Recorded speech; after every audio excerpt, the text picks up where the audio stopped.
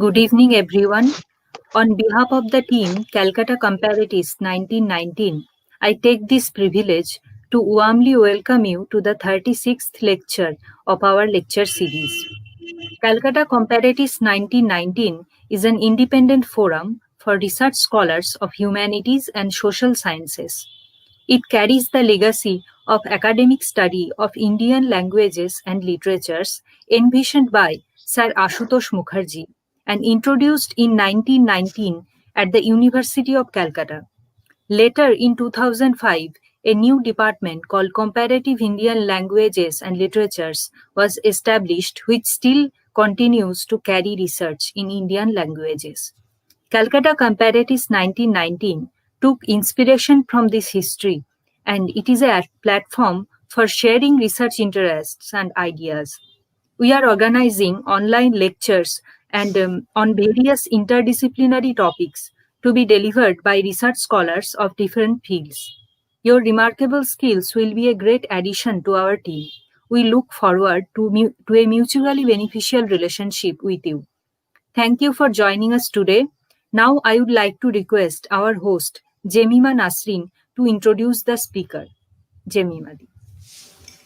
Thank you, Suparna. Today we have with us Brishti Modak. Welcome, Brishti, to our forum. Brishti Modak is currently pursuing her MPhil at Center for Studies in Social Sciences, Calcutta. She completed her master's in art history from Jamia Millia Islamia, where she worked on her dissertation titled The Visual Aesthetics of 20th Century Illustrations in Bengali Shishu Kishore Sahitya, Children Teenage Literature. She has graduated from Presidency University in Philosophy. Her research interests include 20th century modern Indian arts, art theory, aesthetics, art pedagogy, exhibition histories, material culture, print culture, global history, post colonial theory. Brishti, now this stage is yours. You can start your lecture now. Thank you for that introduction, and also for organizing such an initiative and for giving us an opportunity. So thank you for that. Before I begin my talk, I would just like to say that this particular talk is something based on my research, master's research, which was on the visual aesthetics of 20th century Bengali literature. And I have just taken a portion of it because in this talk, I won't be talking about the Kishore Sahitya, which I had spoken about. I'll be primarily engaging with the children's literature of Shishu Sahitya. So, the title of this paper of this talk is A Place for Children, and this was inspired by an exhibition which was curated by Geeta Kapoor in 1981, wherein there were artists such as Ghulam Mohammad Sheikh and Jogin Chaudhuri, and where she was talking about, and that exhibition was titled A Place for People, and in that she's looking at how the trajectory of the human form within art, Eastern and Western, where she talks about how it has evolved from a narrative and iconographical form to a more modernist understanding. So when I was going through that curatorial note, I began thinking about how children could be understood within the visual imagination of an artistic tradition, with specifically India or Bengal in particular. And what I realized is that within the visual imagination of Bengal, children were largely absent from it until the 19th century. And there are different factors to why the emergence of children began within the literature and aesthetics of Bengal. Is two things that I noticed was, one was print culture, and the other one was obviously the Western influence of the romantic movement, which was happening in Europe in the early during the previous 18th century and to 19th century, especially Rousseauian. theory of where the child becomes an important integral portion of human society, and therein that contributed to the emergence of children within the visual span of Bengal. So Partha Mittal, in his book Art and Nationalism, talks about the specific notion of how children began to be taken seriously, and they were no longer just miniaturized adults, which was what previously was understood. Um, and he looks at how predominantly Brahmo men cultivated that importance of how children would figure into it, and it was a way of counteracting the missionary presence of the print culture and the aesthetics at that period of time. And that is something that I realized during my research, but more so before going into the 20th century. 19th century is something that I would just like to give a brief orientation to people who might not be completely familiar with children's literature. So in that, I would talk about how in the 19th in 1818, we see the first publication of a children's periodical called Digdarshan, which was published by the Sirampur Missionary Press. But in that, I have not been able to find the illustrations from that book. What I have instead found is there was another particular children's periodical by John Lawson, who in 1822 published Poshoboli. And so I will just share my screen to show you the image. So uh,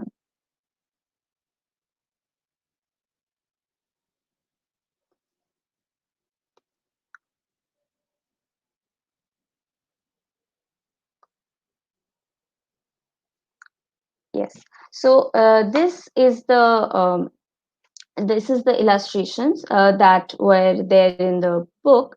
Um, yes, wait a sec. How do I? Um, just a sec. There is. It is visible, Yeah, it is the visible, but I just want to show the particular. Yeah, yeah, yeah. So yes, this I found through Gargi Gangopadhyay, who was working on children's illustration of the 19th century, and she is a lecturer at Calcutta University, and she worked on it, and with collaboration with Indian Foundation for the Arts, she curated a website. So if any one of you are interested, I can send you the link of that particular website, where she is talking about this as one of the first illustrated periodicals of that time. And as you can see in this image, it is just, as the name suggests, an animal biography, Posho Boli, and where she talks about where there are images of animals and specific details about those narrative understandings of those animals and how they figure into it. But then there is no articulate, proper artistic work into the illustrations, because obviously at that specific time the printing press was not yet developed, as we will see in the middle of the 20th century, which it happened. So, and that is why, and the images are also not very clear, because it's not in the best of um, so yeah, so that is something that I would like to say. And so in the establishment of children's literature in the 20th century, in the 19th century, Shopna Banerjee talks about how the advent of children's literature through printing culture can be attributed to Western establishment of printing press, but children's literature, in its scope and imagination, transcends the boundaries between the colony and metropole, the periphery and center. So when she says that, when Shwapna Banerjee talks about how children's literature transcends it, she says that obviously, as the advent of it, children's literature is a colonial construct, but uh, ultimately, which we shall see, it does uh, go beyond the scope of colonialism and goes into the more global interactions, which we will see in the 20th century. So, uh, to begin with, the 20th century is obviously with Thakumar Chudi. That is obviously the first illustrated work, which is still continued to be very very popular within the Bengali scope of understanding. And in that Thakumar Jhuli by Dakkinaranjan Mitra Majumdar, it was engraved by Priyogopal Das, Aurobindo Das, Kunja Bihari Pal, Hemchandra Gangopadhyay, and the line drawings were done by Shomi Sarkar. Now, as you can see in this particular work, which many of you might uh, know of, so it is Kalaboti Rajkonna, in which the two children, uh, Buddhu and Bhutum, are just sitting beside the king. But what is interesting is that the idea of 90 of Swadeshi art movement was also happening alongside the emergence of Thakumar Jhuli.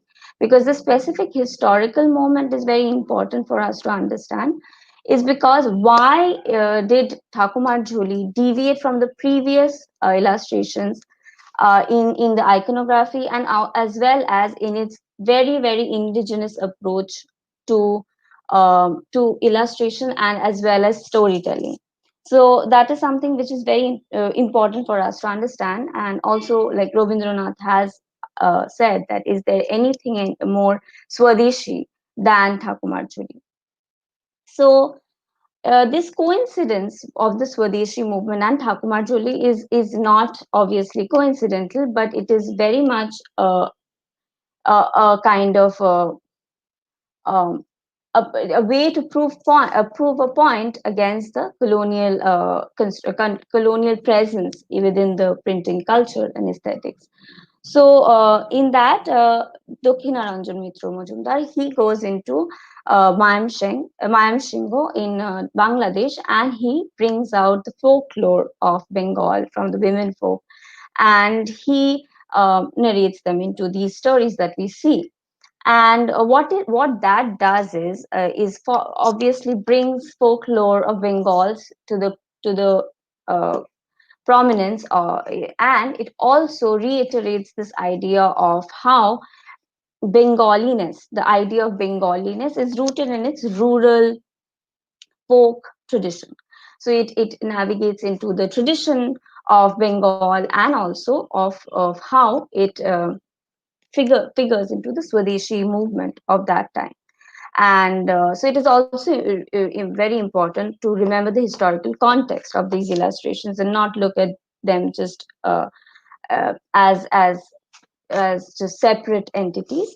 So Thakumar Jhuli is why a very important and continues to be an important work of both literature and also illustration, because the previous illustrations, which were of Khirer Putul, which was in 1896, which I do not have the illustration of, but in that the illustrations have, you can see, if I don't have it as of now, but there is a change in the iconographic details and the decorative elements which are present in Thakumar Jhuli.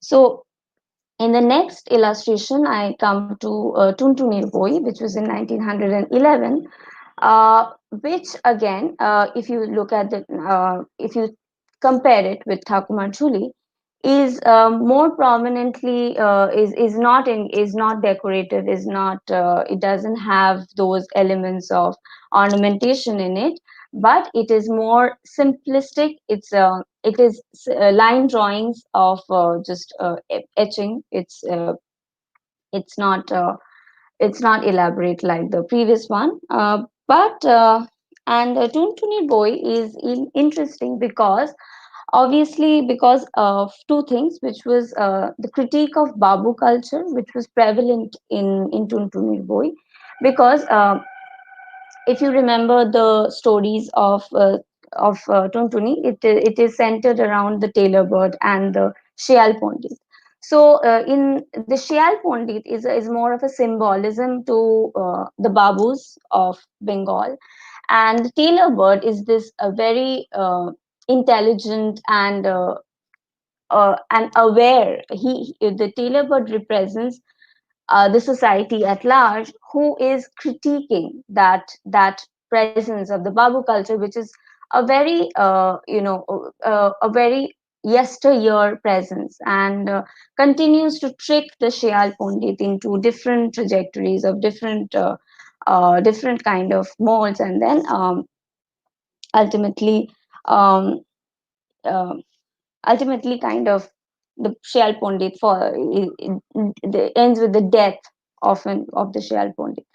And so the Toon Toonie Boy is that's why very important. But the sad part of this of Toon Toonie Boy is that the original illustrations, which this is a part of, are kind of not found. It's getting reprinted by different publications, and we see that the original illustrations are not found in those. So, which is something which is quite sad, because there is a particular importance of Tuntunir Boy in it, of Obonindranath, obviously, as one of the illustrator and writers of this text. Um, and then we move on to the next decade of 1923, which was Abul Tabul, which is obviously one of the most famous books of Bengal, which is by Shukumar Rai, and in that we again see a very different kind of aesthetic, which is centered around the notion of how the nonsensical becomes the idea behind the works, where there is also the notion of hybridity within it, because it is at the same time critiquing the society and the government, and at that point, but it is also locating it within the specific very local understanding of things. So Ram Guru Rechana, or these things are, these are very rooted in the linguistic understanding of things, because the idea of Ram Guru Rechana is you cannot really translate it to another language in the specific with that specific essence, without losing that specific essence. But the illustrations are not just in that kind of enabler. It is not an enabler to the poems at all. It is, in fact, it is it is kind of at the same time very two they are kind of coinciding, like the text and the visuals are coinciding. It's not just, we cannot imagine Abul Tabul without the images of or the illustrations, and therein lies the importance of illustrations. Uh, that obviously when we as a child, when they try to remember the text or the poems, it is not merely remembering the textual, but also remembering the visual. And so there is this very important understanding of it, and at the same time, as I just spoke about the notion of hybridity, where there is a coinciding of imaginary and the real, where there is a kind of breakdown between what we imagine as real, or what we think is real. They kind of coincide and conflate within one another. So Abul Tabul continues to be important. That is why, and also, although it is often said that it's inspired by European understanding of it, it's kind of not, it would not be fair to say so, because yes, the printing idea of this etching and bringing the half tone printing technology within it. Yes, it is obviously a colonial influence, but the language, the aesthetic, the visual language of it is very, very original in that sense. So Abol Tabol is important in that sense. And the other one, which is again we are moving from 1923 to 1934, because these are canonical texts within the children's illustrations. So Shohaj Part is obviously another one, and this one is very important, obviously because it is a complete kind of change from our previous education oriented text, which is Borno Porichoy. But also because here it is not only the words which are important, which is obviously the rhythm, the poem is important, but for the first time we see a collaborative act of how the illustrator and the writer or the author, it's a collaborative act. Because if you look at this particular image, you will see that Nandalal Bose here kind of tries to recreate the visual, he wants to kind of translate almost the verbal into the visual. So when you just imagine the word, you kind of imagine the text also, so sorry, the visual also. So you cannot so also in his Nandalal Bose, in his book Shilpo Charcha, talks about this, how he talks about the whole idea of how we create art. And in that he speaks about this notion of how uh, rekha, to put, to give a line to something which is live, which is an animal or something like a tree. The main idea behind it is just one line, which is one rekha, which is uh, centered around the spine of the image, which is very important, because he's saying that in that sense, that is what gives the visual, the rhythm, the kind of the more the essence of that particular the animal or the tree that he's trying to recreate. So here in this image and so many others of Shahujpat, you will see that prevalence of the line being very important in keeping that rhythm within uh, the visual and the word. And so and it is an extremely simplified kind of visual drawing. There is no ornamentation at all. So here, so Shahajpad. The next one is again another one from the next to the next decade, which is by Jnanadanandini Devi, which is Tak Duma Dum Dum, which is again important in two ways. One is how the woman is becoming a part of the children's literature, the world of children's literature in Bengal.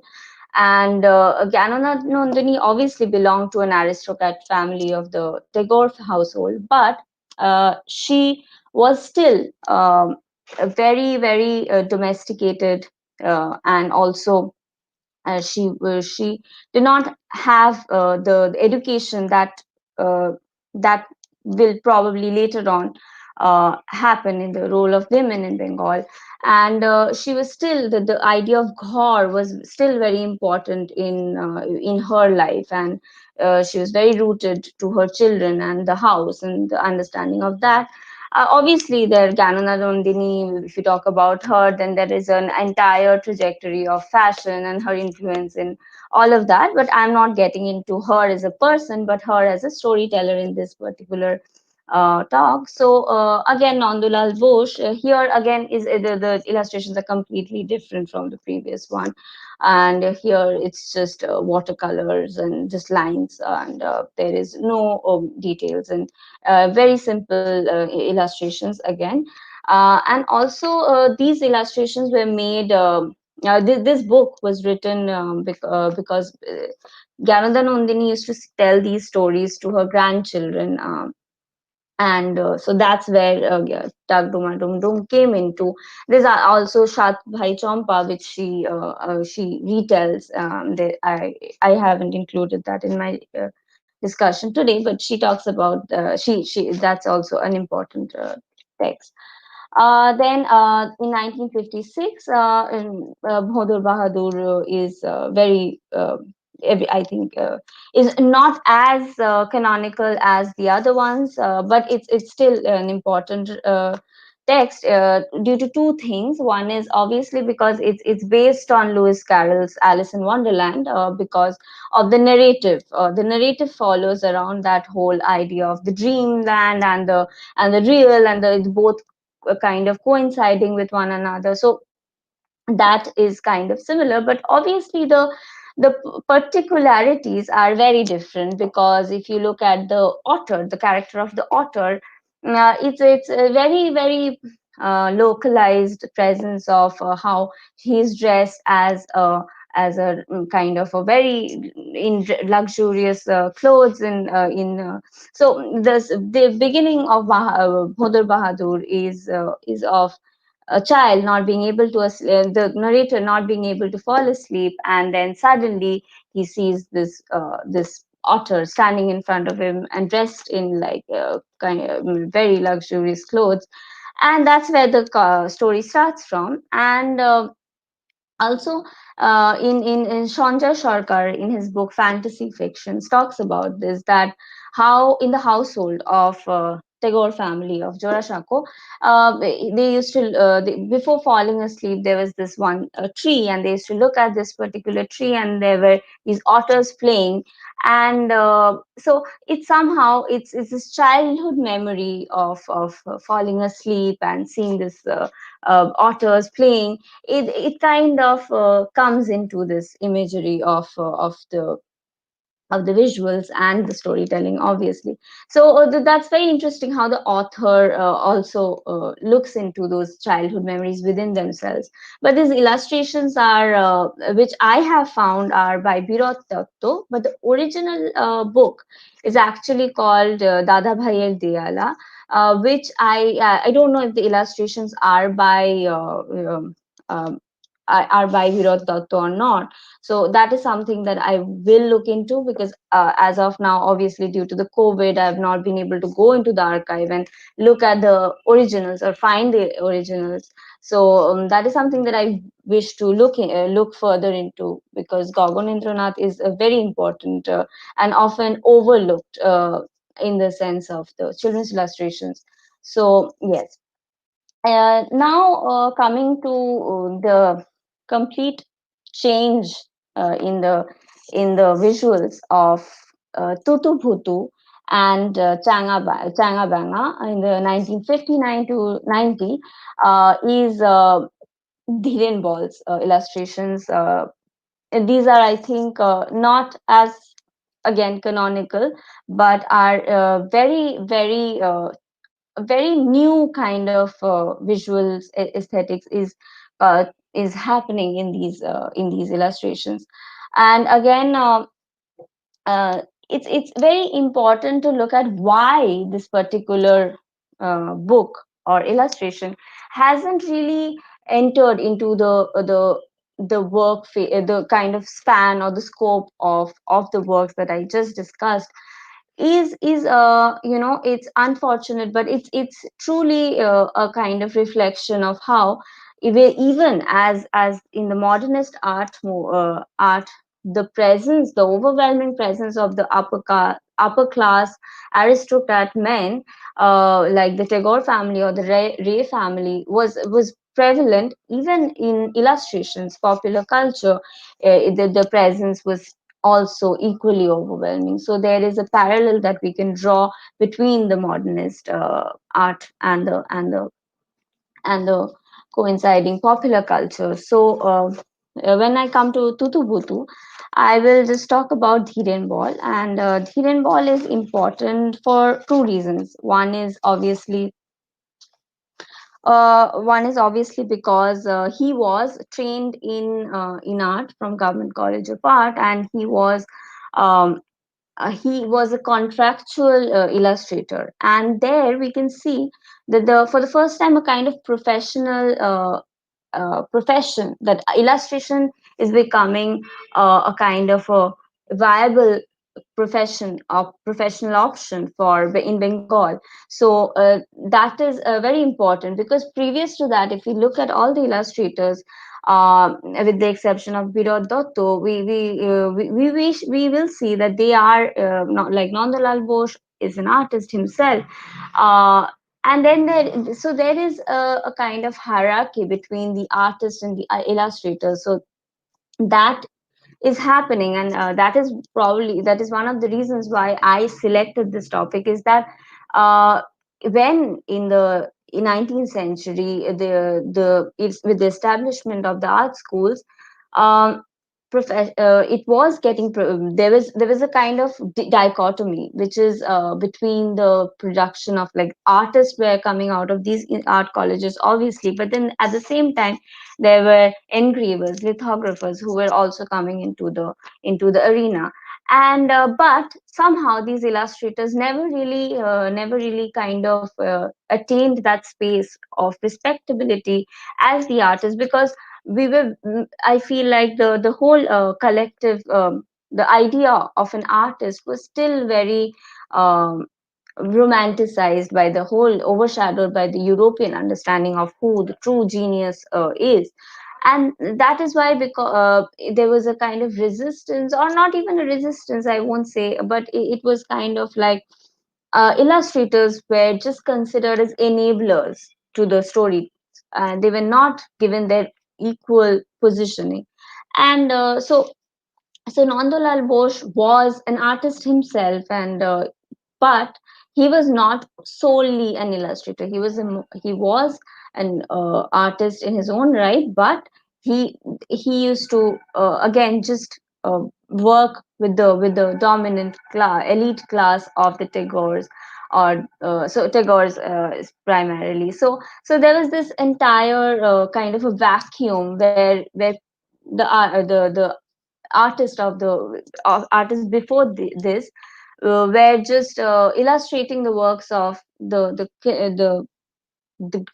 elites. So, but Dhiren Ball in Tutu it brings a very middle class kind of um, aesthetic to it. And also the story, I don't know if everyone here is acquainted with the story of Tutu, but it takes place in a very rural setting, and with very kind of like there is absolutely with the exception of obviously the clothing of Tutu, but with the exception of that, it's very it has a moral telling of how the child should behave. And it starts with this of Bhutu attacking the chickens, and then his mother telling him that, you should this is not how I brought you up, and you should be you have to behave yourself. So there's obviously a moral telling to it, but the change is obviously in the fact that the color is introduced in the illustrations, in these illustrations, and also the fact that these illustrations are happening at a time. So this is obviously something that I am not completely sure, but it's something that I would like to look at, is whether these works are kind of inspired by the Soviet Union illustrations that were also kind of entering in the 60s, early 60s, 70s, into the Bengali market. So with the Progress publishers coming in, or the Raduga illustrations publishers coming into Bengal, so I feel like, because if you look at some of the Soviet illustrations of Golpo, Chobi, so in that you will see that there are these watercolor kind of illustrations, and the animals dressed in the overwhelming presence of animals. And so that is obviously in children's literature illustrations, there is obviously animals contribute a lot to it, um, obviously because of the animative quality to it, and also the kind of kind of taking a route which is different from the realistic approach of just talking about human emotions or human experiences, but it's told in the in a humorous way through the animals. I feel Dhiren Ball is is somebody, is an illustrator that I think should be included into this canon of illustrations in the 20th century. So yes, and the other one is Picnic Changa Banga. Now Changa Banga is again another illustration where there are three characters, which is Changa Banga and then Nakal Ningti, and then there are funny things that happen in the course of their going for a picnic. But if you look at the kind of juxtaposition of these two characters, which is a bunny and a frog, now the frog is very reminiscent of a typical middle class Bangali Bhadralok, but the bunny is again a very westernized idea of what a bunny looks like. A bunny is not something that is rooted in a Bengali understanding of like of the visuals. So um, it's very interesting how these two characters are juxtaposed with one another. um, Now Dhiren Ball was the thing about Dhiren Ball was that he was I met his daughter Pritha Ball, and after his death, there was Pritha Ball who took up the copyright issues. There was copyright issues with Shishu Sahitya Sangshad, and as a result of that, if you look at these two images, you will see. So there's a problem, which is the first publication was in 1956, which was illustrated by Dhiren Ball and written by Bimal Ghosh, but the second version was reprinted in 1988, which, due to copyright issues, was illustrated by Prashant Mukherjee, and Vimal Ghosh wrote it. But ultimately, with the ones which I found in Shishu Sahitya Sangshad, was the writing was Vimal Ghosh, but the illustrator changed to Debashish Dev. And so I suppose so. The Pritha Ball has now taken the copyright of these illustrations, and it's published by her. But then you will see the distinct difference in the illustration in the previous in these two images clearly. So again, well, so the and Dhiren Ball was also called India's Walt Disney by some, but it's ironical that he was, if I kind of can say that if he was inspired by the Soviet Union illustrations, then to say that he was India's Walt Disney is is kind of contradictory in that place. But and Nirendranath Chakraborty and Leela Mojumdar, both of them have spoken about Dhiren Ball and have spoken about how if that particular generation of the 1950s or 60s of the 60s 1960s, that generation cannot there was a presence of tutu hutu changa banga in their lives and in their visual aesthetic. So a generation grew up with this with these illustrations in that time. Whether these works were just a generational thing and which kind of eclipsed or which kind of disappeared is something I don't know if, but with recently, like I think in 2018, um, there was in Kolkata Book Fair there was a stall of Tutu Bhutu where people were dressed like Tutu Bhutu, and so therein it kind of shows that it's still important and it still continues to attract people. And so the generation that grew up with this particular illustrations will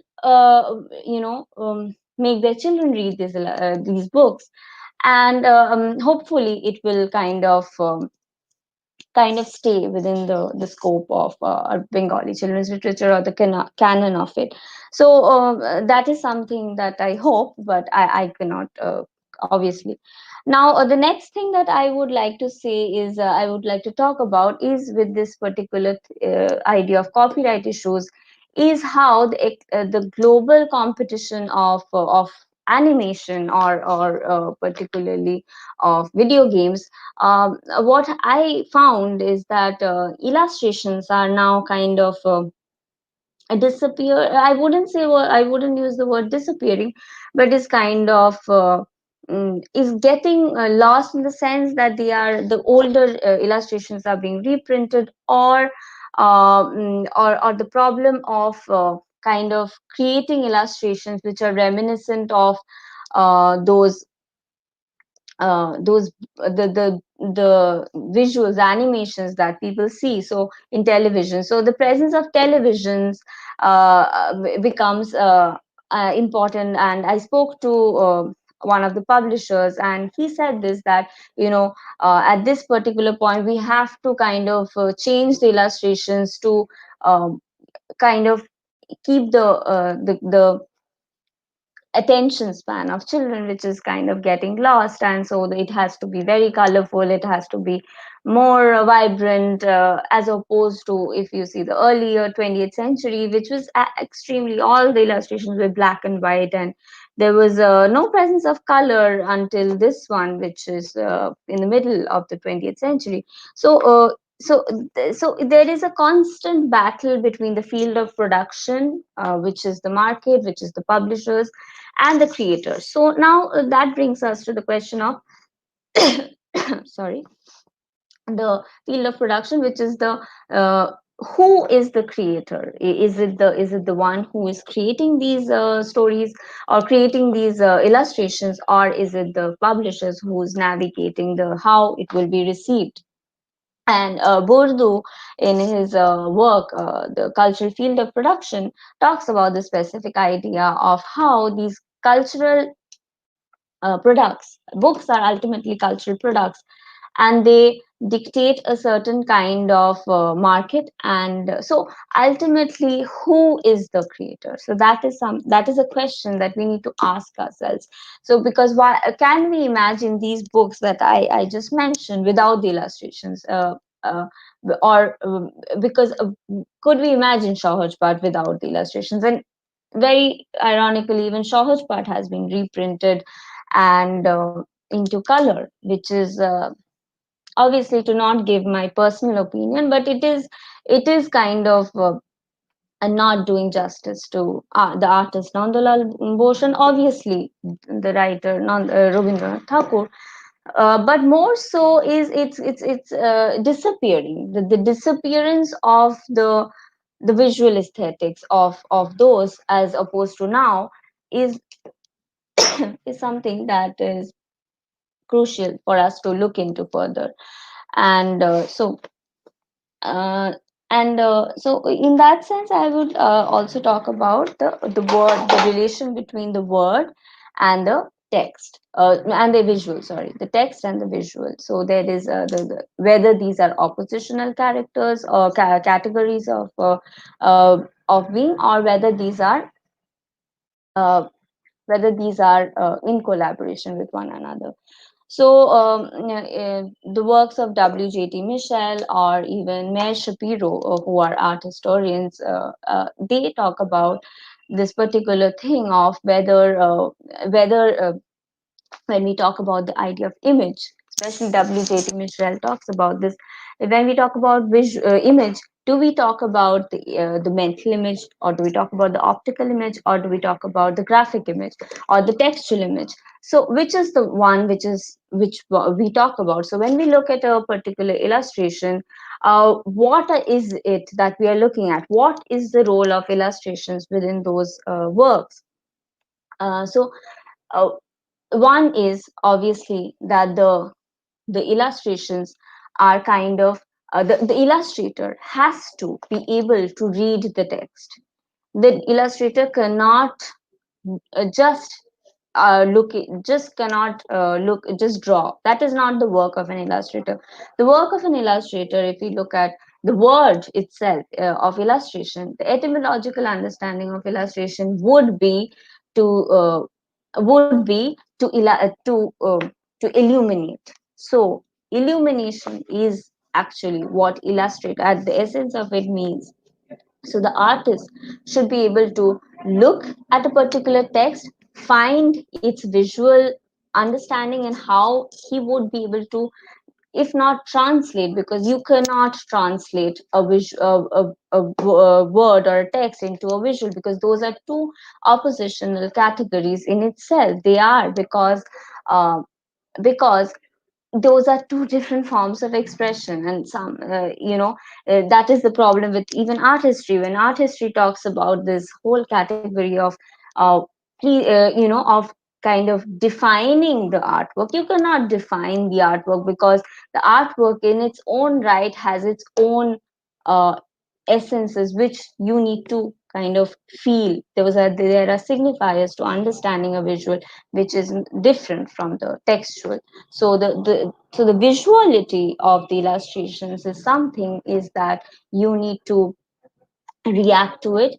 It needs to be able to navigate a story and remain in the collective conscious or the memory of the child. And that is what often happens, is that when a child remembers a book, he or she often remembers the illustrations first, and that's how it remains, rather than the storyteller. And the story is navigated through the visuals as opposed to the other one, because children, because that is the while illustration came into the whole idea of Bengal, or of in general, the purpose of illustrations was to to be able to reach a wider audience who might be literate or illiterate, and but with the visuals would remain universal in their understanding of the text or the storytelling. So yes, and the other one is how, if it's a complex narrative, like in, for example, Thakumarjali is not a per se a complex narrative, but it is a longer narrative. It is a bigger kind of stories, are like there are a lot of lot more words than the visuals. The visuals are just in this case just talks about, just has those crucial moments of the image of the story, and it just gives us those clues to the story. It's not so much as navigate or narrating the story. The visuals are not doing that specifically in Thakumanchuli, but in Tutu, you, even if somebody doesn't know how to read, would be able to uh, know the story, would be able to understand the story with the help of visuals. So words kind of start diminishing a lot, even in with the advent of books by Lady Bird in India. We also see the same thing, is that the visual aspect takes prominence, and that obviously coincides with the whole idea of the visual turn of the century, which W.J.T. Michel also talks about, that at a particular juncture there was a visual turn where visuals took prominence over text, because before that it was more to do with the whole idea of how do you translate a visual into text, which is why art criticism also became very important during the early 20th century, but not so much. It kind of fades into the fades. Wouldn't use the word fade, but rather kind of is questioned the relevance of art criticism. And but so so if it's a complex narrative, it's different. But if it's a lyrical kind of narrative, or a more like a poetic, like in the case of Sahaj Path, like choras, the idea of chora chobi. There are many such books, like chora chobi is one of them. Therein also the visuals take prominence, and the chanda of the chora, they are not essentially like interlinked, but it's kind of the visuals take prominence as well. So the uh, hello, could you just tell me how much time do I have left, or is there? You can continue. Okay. So yes. So in the post 1960s and 70s, there was again a presence of the communist works, Soviet Union works, which was in the scope of the Bengali presence of it, where I'll just show you an image. Uh, so the communist presence of it was one was uh,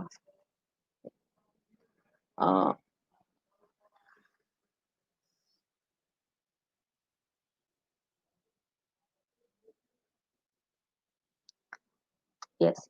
So, with the communist presence in 1940s taking over in Bengal, you see an artist like Chitta Prasad, who was involved with CPI in his earlier years, with obviously the Bengal famine, which he is most importantly known by. But after he disintegrated from the communist party, he continued his works in woodcuts and lino cuts. But what is important to notice here is that he kind of deviates from narrating the kind of the stories of the marginalized to the depiction of children. And children become very important at this juncture of his late 1950 or 1950s or onwards.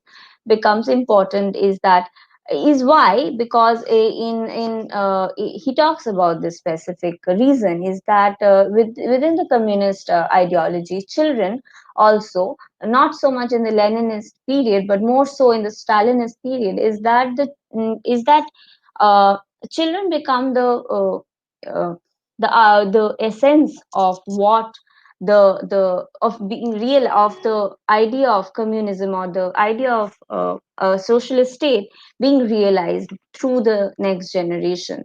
So their children figure in very importantly, and even in the communist even in Soviet Union, children were taken, like the state used to take complete responsibility of the children, and there were books which were specifically made for children to, kind of which were political propagandas in that sense, and but with of use of symbolism as their most in the on the surface level.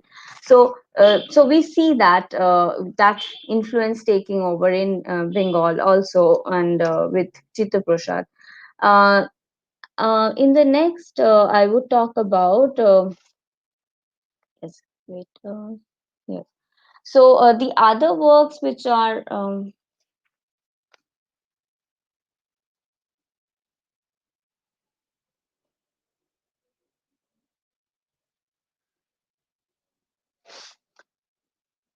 yes, I cannot find the particular text, but okay. So, yes, so that is something that I would want to look at. That why did uh, the communist presence dictate illustrated aesthetics? And with that, I would just like to kind of conclude, but I would want to ask the panel about the two questions. Is that uh, if you look at if you look at the history of illustrations, which one do you think is kind of takes precedence, the literary value or the artistic value? With that, I would like to end the lecture. Thank you. Thank you so much, Brishti, for this wonderful session. I would say I really enjoyed myself a lot, and yes, of course, I wish you all the best for finding your answers. And should we start with the Q&A round? Yes, surely. If anybody has any questions, I would. I think people will be having so many questions. All right. So here comes the first question. This is from Titash Bosch.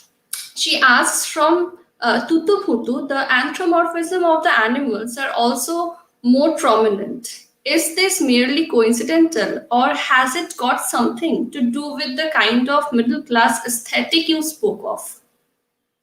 Yes. Yes. Yes, I spoke about this. I did not use the word anthropomorphism, Anthropomorphism, but yeah.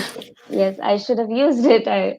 Thank you for pointing that out. But yes, in that, I would say that it's not with Tutu Bhutu that it's emerging, because even if you look at Bhodur Bahadur, it was prevalent, and to some extent, it would be, I think, a contribution of the European model of children's literature, where animals did play a role in the kind of characterization of the particular identity. So I don't think it is to only to do with Tutu Bhutu, but Tutu Bhutu, what changes in Tutu Bhutu is the whole middle class aesthetic of representing very particular specific cultural specific ideas of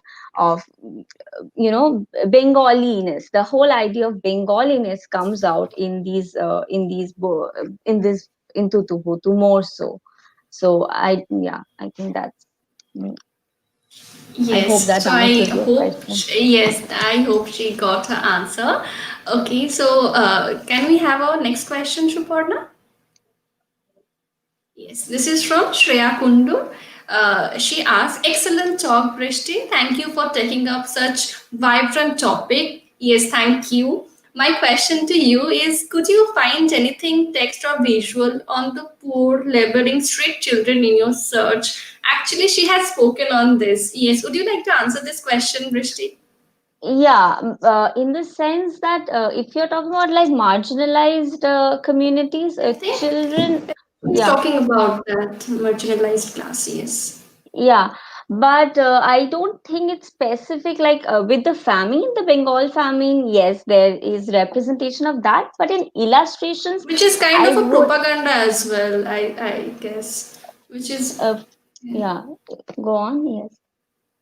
Yes, no, no, you continue. Yes. No, so yeah, like I don't think that in the illustrations it necessarily takes place, because um, so the idea of aesthetics is very rooted in the whole idea of the ideal. So I don't think illustration, which is predominantly for children, there will be representation of marginalized children. So I don't think it would be a thing that has happened, at least as I found out. I haven't found any such representation. If somebody out Okay. there knows of it, I would be glad to be wrong and be contradicted. I thought, I think I heard somewhere, I mean, in any workshop or somewhere like this, Mm, someone was working, researching on the children's literature in Kashmir. Yes, mm, I think it was some workshop where I learned about it. He was working on the children's literature in Kashmir, which is actually very mm. interesting. Yeah. So, Shuparna, can we have our next question? Yes. Devdatta Bhattacharya says, very invigorating talk. The contrast between Changa and Banga was interesting. In your opinion, is there any underlying message behind dressing the frog as Bhadralok, but not the bunny? Yeah, that's for sure. I think it's like even if you look at the characters in that, is Banga has this kind of this very like for the lack of a better word, is kind of this representation of this Bengali Bhadralok, who is very easily false, and is kind of not as vibrant as the character of Changa, who is the younger character also in that sense. But in that sense, yes, I think I talked about this, that the contrasting nature of these two characters is to kind of showcase the trajectory of the two generations. It's Changa represents this newer generation, who is more is quicker, naughtier, and has this kind of vibrancy about him, and Banga as an opposite has that older generation vibe. So I think that is where the it's very simplistic, obviously. Like the conversation could go on, but this obviously is a very simplistic understanding of what Changa Banga would mean. So, Okay, this reminded me of the Bengali films actually, where generally the older generation or kind of a Bhorta used to be the Bhotralok, and there was a younger generation who would go abroad to study, and he will come back like this, like banga. Yes, this reminded me of that. Yes, Yeah, can we have and a next? actually, yeah. So, yeah, sorry. I was No, just no, going to say continue. that, yeah, Yes. I was just going to say, even in my research, I had worked on the Shishu Sahitya and also Kishore Sahitya, in which I spoke Okay. about Dev Sahitya Kutir, and specifically, which the thing that you mentioned about the Bengali films of that time, that is very, very, prevalent in the illustrations of As Dev well, Sahitya yes, I Kutir. also felt Yeah, so. Yes. yeah. Okay, so our next question. Yes, Kavita says, excellent presentation. One question. While visual superimpose text, do you think there is an extreme possibility of decoding different narratives from the same? Okay. Mm. I wouldn't use the word superimpose, because superimpose would mean kind of if you talk about the whole idea of a palimpsest, that is what superimposed would mean, that there is a text and on that there is a visual and then there is a visual and it goes on. But Yes. and it's a layered understanding of what visuals and text does.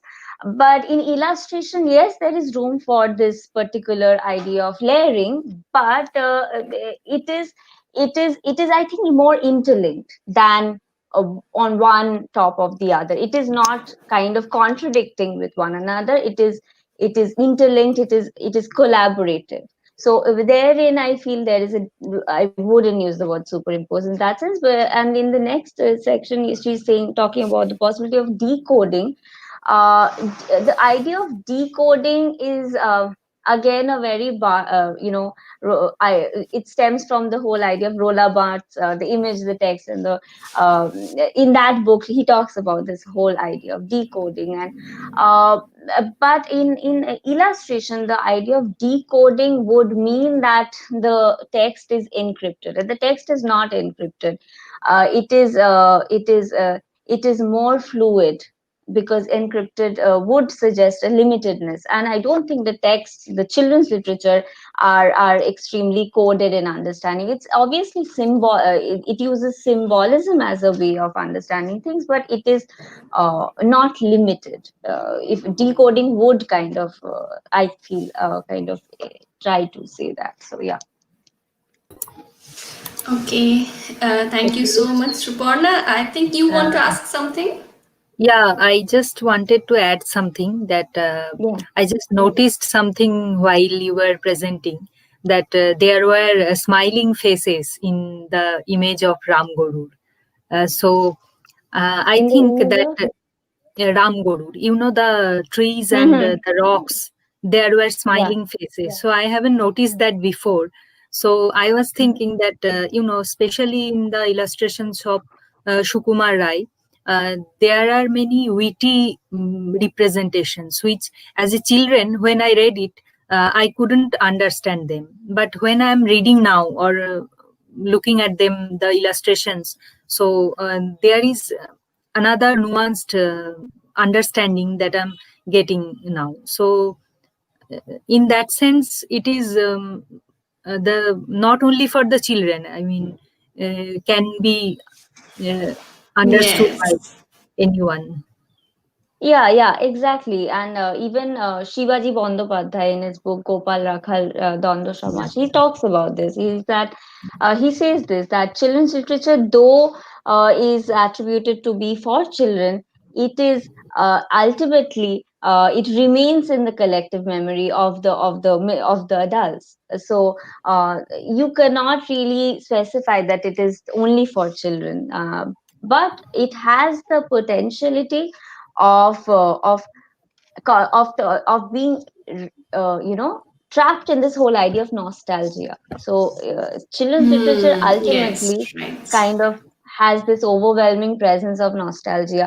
But I did not want to go into the idea of nostalgia, because children, whenever there is a talk of about children's literature, it often veers into the talk of, like nostalgia. I wanted to kind of bring it out of that and talk about it through historical shifts, rather. So yeah. Also, do you think that the children literature of the later period, I mean after Sukumar Rai or that period, we don't find, do you find such intellectual under মানে এই ধরনের কি কোনো, যে এই যে আমরা illustration গুলো আরেকটা নতুন অর্থ আমরা খুঁজে বের করতে পারছি, এরকম কি মানে পরবর্তীকালে শিশু সাহিত্যে কি এরকম দেখা যায়? See, আমার যেটা মনে হয় যে, say after the 1970s, in fact, Shishu Sahitya kind of takes, is kind of overshadowed by the presence of comics or cartoons, like, like Hada Bhoda or Batul the Great, that is by Narayan Devnath. So I think because of the presence, and again the global interactions which happen, which is Tintin becomes a very overwhelming presence, and slowly you would, I noticed is that Sahitya and illustration kind of fades out, and again illustration kind of has that move into the comics. I that is what I noticed. If there are other illustrations which I probably don't know of in Bengal, then I would be glad to include them in my work. So I haven't found any illustration Okay, after the thank you. 70s. Thank you. We have another question. I'm showing. Okay. Yes. Okay, this is from Titas again. Sorry, just a curiosity related to what you said about Soviet influence. Did you find any illustrations of children in resistance of protest marches, etc.? In Bengal or in Soviet? That is not Okay, maybe specified. Like, she didn't specify. If you would like to comment. Acha, Titash, can you please specify what you were trying to say in Soviet or particularly in Bengal?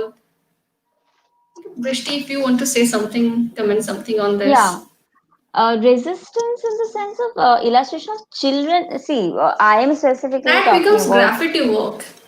That becomes Yeah, graffiti work when illustrations yeah. become protest or anything like that. Yes. Yeah, because I have figured if I have concentrated on Shishu Sahitya and illustrations, I have, and right now I'm working on the 1940s and of the communist artist, and in that resistance, in the scope of resistance, it is not illustrations which is coming out. Okay, It's she more has so. specified in Bengal Yeah. children literature. I meant yes, in Oh, Bengal, children's yes. literature. Yeah.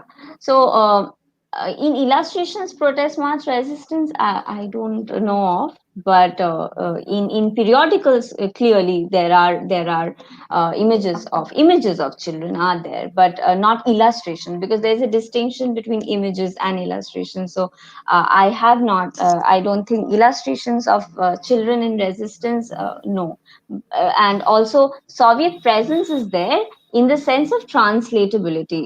It's only there within that scope. It is not like there are artists who are working with the influence of Soviet, with the exception of probably Dhiren Ball. That is just I'm contending. Maybe there is a possibility. I'm not sure. So yeah. Okay, this is so interesting. Okay, Shuparna, do we have any more question? No, we don't have any questions for now. Okay, so okay, really lovely session. Thank you. Thanks to you too for asking question to our Yeah. speaker. Thank you. Thank you, Brishti. We had a wonderful time with you. Thank you for being here with us. Thank you to our viewers to be with us today. And here I conclude this session. Good night to everyone. Thank you. Thank you. Thank you. Thank you all. And our next updates will be posted on our social media platforms. Thank you.